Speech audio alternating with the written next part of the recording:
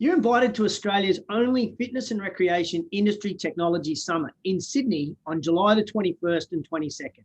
This amazing summit will have 4 keynote presentations, 3 TED Talk style presentations, a couple of panels and 2 workshops. Plus, we have a gala dinner with the first ever industry awards for technology and a keynote from the inspiring Amanda Stevens called High Tech, High Touch. And I have Amanda with us today. I'm really excited, Amanda, that you are going to make the journey from apparently God's country they call Queensland down to New South Wales next month. Well, we hope so, JT. We hope so. If those Melbourneites can get things contained down there, then we might have a chance. But I am really looking forward to coming down and spending some time with the fitness industry. It's one of my favourite sectors. I've done a lot of work. I've got a lot of friends in that industry, and I know it's been a really tough 15 months. So I'm looking forward to coming and sharing some pearls of wisdom and some inspiration and motivation. Now, for anyone that doesn't know Amanda Stevens, your specialty is in the customer experience space. You're passionate about it, you blog about it, and you write books about it. One thing that I love about it is that your approach transcends the one-dimensional customer service message that we all probably grew up on. Your content is always powerful, it's emotional, it's proven, and it's practical. And I love how you turn our customers into advocates. Further to that, you tailor every presentation to the actual industry that you're speaking. And that's one of the reasons why we grabbed you for this presentation, because I know you've spoken at lots of fitness events, but you'll tailor it particularly for the Tech Summit. So while I was doing my research on you, I found out that you are a consumer futurist. What does a consumer futurist do? Some would say it's just a wanky title, really. I do want to differentiate myself from a futurist, because I think the futurists out there have a lot to answer for, because they didn't see COVID coming, did they? That's a very good point. I can make a note of that. Look, what a consumer futurist does, it's my job really to take all of the insights, the data, the research. I'm a bit of a data junkie. I love looking at different research. I commission my own research to really understand how consumer perceptions and motivations and behaviours are evolving. And what I do with all of that is put it all together, analyse it, and really make some predictions about where consumer behaviour is changing. Because I think the challenge for business owners, particularly in a sector like fitness, which is changing so rapidly due to technology, is how do you stay ahead of the curve? How do you almost anticipate the needs of your members or your clients before they themselves have even identified? We've seen a lot of trends and fads come and go in the fitness industry. And I think the ones that have really stuck and the ones that have had longevity and really resonated long-term and have been able to build long-term loyalty are those that have really understood what consumers want, why we buy, why we engage with a fitness brand. And so I think that, and again, particularly through COVID, one of the questions that a lot of my clients, not just in the fitness industry, have wanted me to answer is, how have consumers changed? And what does that mean for us? And I guess that's the big question that I'm going to come and answer on the 22nd of July. Because consumers really have changed. We've changed from an emotional perspective. Certainly our relationship with fitness has evolved. We've seen an industry that has had to adapt more than most using technology. And I think that's exciting. I think that, as business owners and as fitness professionals, right now we're being called like never before to be silver lining seekers. Because I think Napoleon Hill said it best when he said every adversity carries with it the seed for equal or greater benefit. And I know it's pretty challenging statement if you've had a business that's been, if you've had a gym in Melbourne, you've been in lockdown for 160 days in the last 15 months. It's like, well, what are you talking about, Amanda? What would you know? But we've seen some people in this industry and some brands in this industry really evolve, really embrace those silver linings through all the challenges. and really come out the other side. And we have to, I think, be grateful and fortunate. I know that this is, a tech summit, and we do need to be grateful and fortunate that COVID hit in 2020. Imagine if COVID had hit in 2002. No Zoom, no social media, no virtual platforms. We would have been sitting at home with our Nokia 3300s playing Snake and Tetris, like, kill me now. So I think, the whole, and I love the premise of this summit, JT, and the bravery to go kind of out with, this is, let's look at how we can embrace the best of technology. But my message is going to be, yes, technology enables us to do things, to remain connected to our clients, even through something as drastic as lockdown and closures. But I think that the brands and businesses and individuals that are really going to win the battle for relevance post-COVID with consumers are those that embrace the best of high tech and the best of high touch.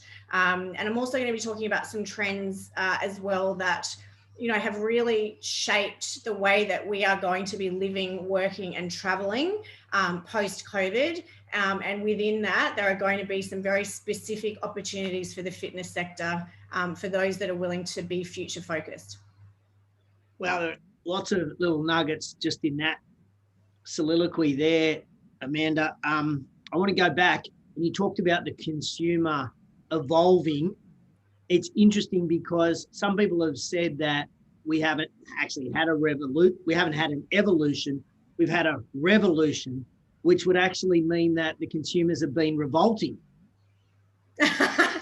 Well, yeah, I mean, some have been. The Karens of the world, I think, have been quite revolting. And we have. I mean, it's really shown an interesting side to human nature. Oh, totally. Yeah, totally. It has been, I think, if we strip away the hardship and the challenge, and look, I get it. I had my business decimated because of COVID. 2019, I did 106 keynote presentations in 6 countries, and 2020 was just a complete wipeout for me.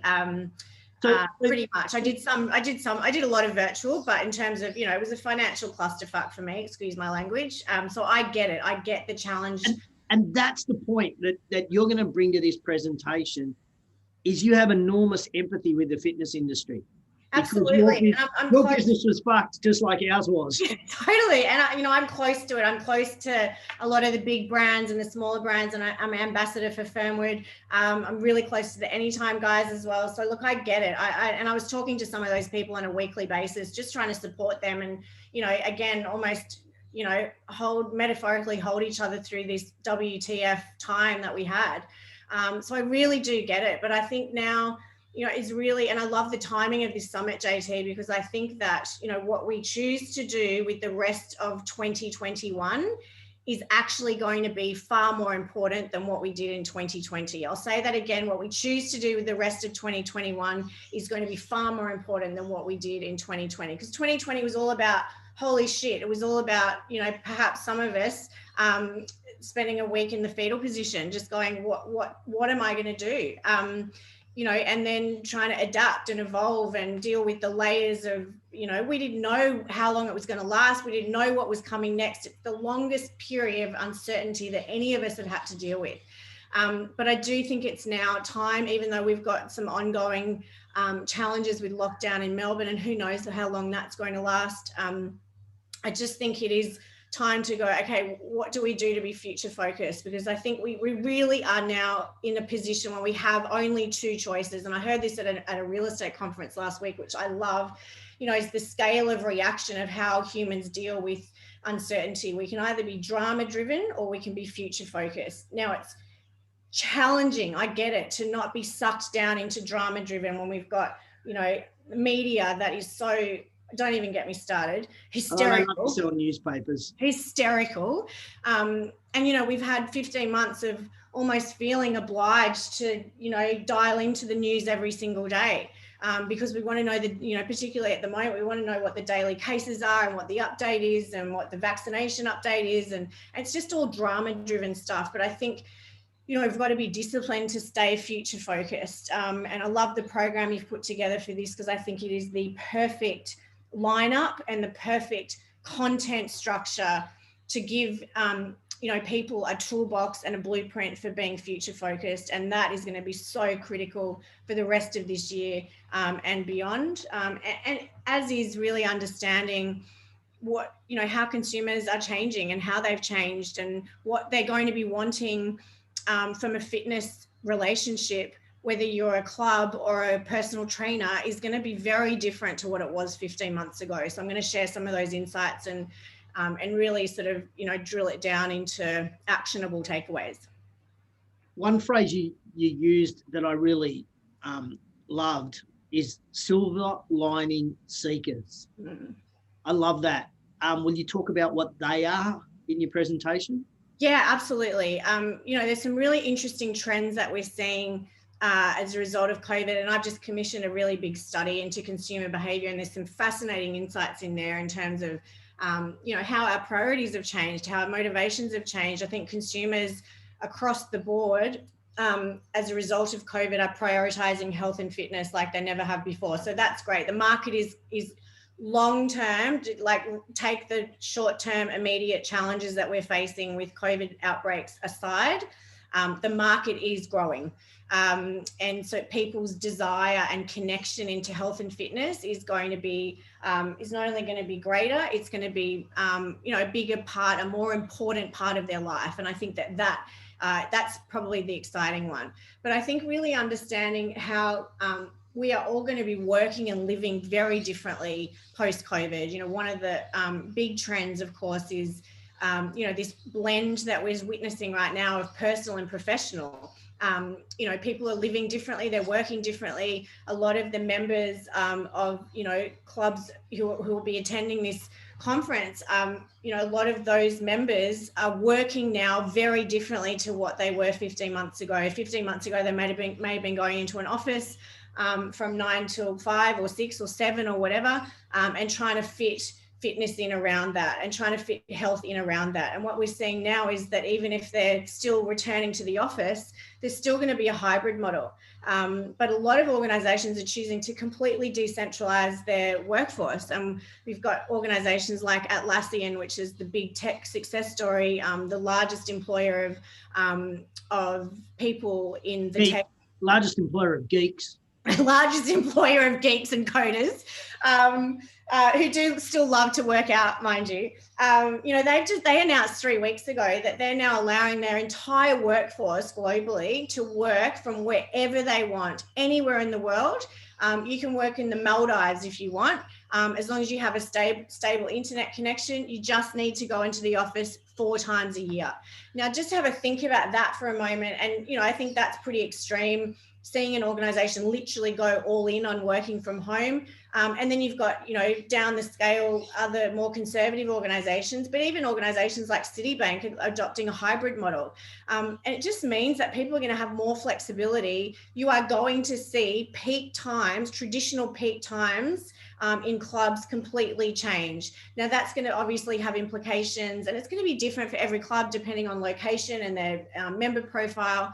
But that's going to change how we program. It's going to change membership offerings. It's going to have to mean greater flexibility, because people are going to be traveling more, particularly when borders open. We're going to be traveling a lot more and more regularly, but also just having this a lot of people are going to be choosing a much more nomadic lifestyle. And I think that has implications for just offering more flexibility to members, because if you don't, you will literally lose market share.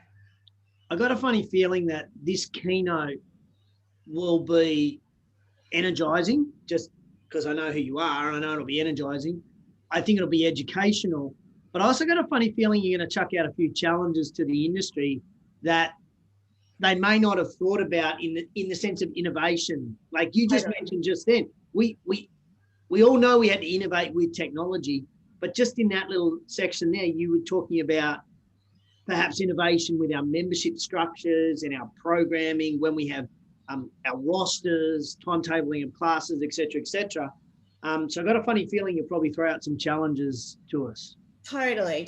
And I think that innovation that you've touched on there is going to be key, because consumers are changing at such a rapid rate, it's going to increase the need for proactive innovation, as I call it. You know, what we've seen through COVID is innovation through necessity. You know, clubs had to literally almost in a matter of a week or 2 weeks move everything online when they'd never even really thought about that before, because it was, you know, such a challenge to the traditional model. But I'm actually talking about really thinking about what's next. You know, how consumers are changing, how they will continue to change.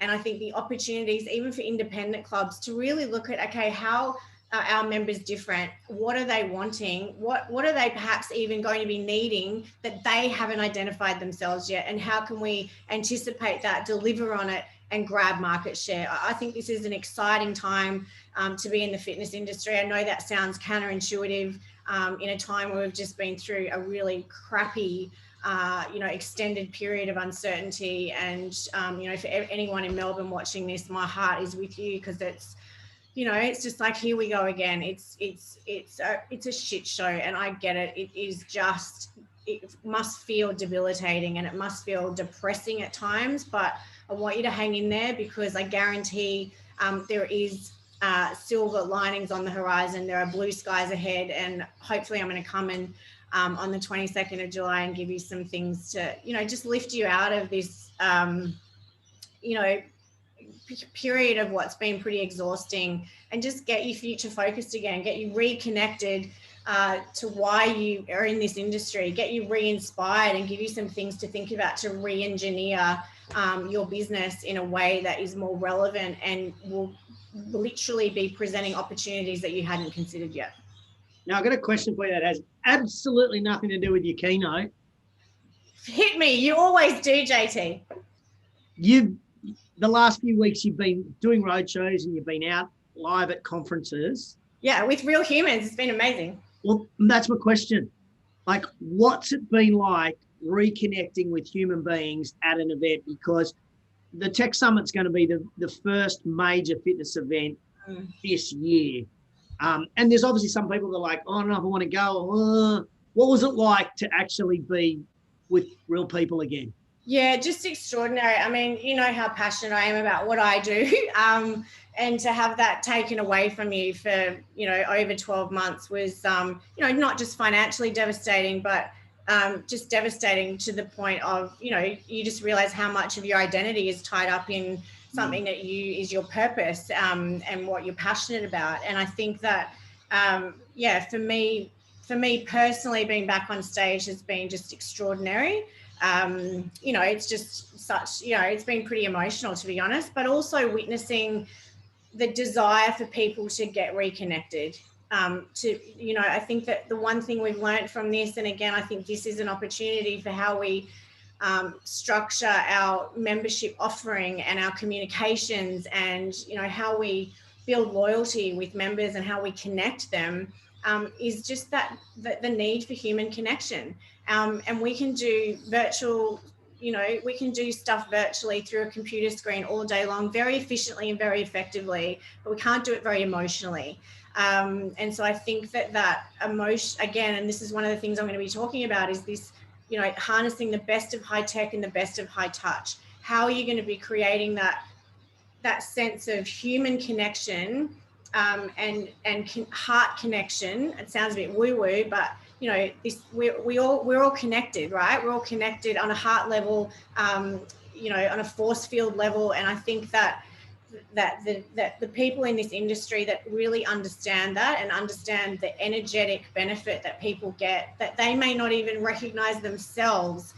It's not just going to be about the physical output and the physical benefits. It's actually going to be about the mental and the emotional. And I think that hopefully what I want to do in that room with people, with, you know, the people who are coming to this summit, is really not only give you some things to think about, but actually start a conversation on that. Because I think as an industry, it's a conversation that's worth having, and it's a conversation that's worth collaborating on. And hopefully that's what we spark on the 22nd. Love it. It's going to be awesome. I can't wait for the keynote. I can't wait to see you in person. I know. I can't wait to like hug you. Yeah. But yeah, it's going to be great. So if you haven't registered yet, do not delay, do not miss out. It's going to be fun. And And I think you're organising an open bar as well, JT, aren't you, that you're paying for? Yep, open bar.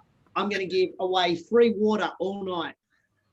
Open bar on the H2O. You heard it here first, people. But no, look. To be honest, I think I'll be so excited that I'll be shouting drinks. So you never know. We're going to have fun. Ladies and gentlemen, can you please head across to register at fitnessindustrytechsummit.com. I've got you back. There we go. Sorry, I lost please you. Go to. I did lose you. So you need to register at the event. For the event at fitnessindustrytechsummit.com.au. techsummit.com. Remember, this is the only event that focuses on improving your business efficiency. Please go to what is going on. I did. This is technology. It's because I dissed 2020 technology. That's why. That's it. This is the only event, ladies and gentlemen, for the whole year that will focus purely on improving your business through efficiencies, logistics, communication, community, and the consumer through technology.